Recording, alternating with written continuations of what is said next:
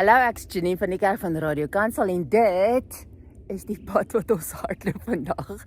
Dit het gereën, dis modderig en jy omtrent mik om jou skoene skoon by die huis te kry, maar ek is nog steeds buite. Ek het nog steeds vars lig in my asem. Daar gaan jy, ek het soveel om voor dankbaar te wees. En dit is die rede van my vreugde.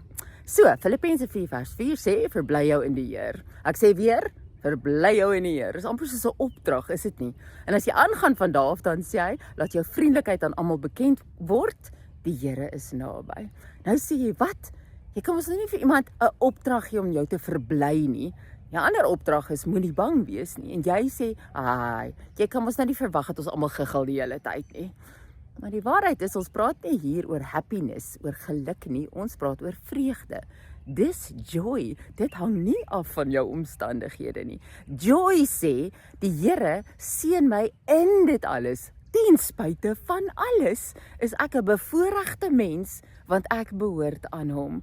Daar's baie om voor dankbaar te wees en alle dankbaarheid lei na vrede, vreugde, hoop, goedheid, getrouheid, sagmoedigheid, selfbeheersing, al daai vrugte van die Gees vloei uit die waarheid dat die Here goed is en dat hy in beheer is en dat jy aan hom behoort. So, jy het baie om oor vreugdevol te wees en as jy vreugdevol is jy bruikbaar, want dan kan jy jou vriendelikheid aan almal bewys en dan kan hulle ook sien die Here is mos maar naby.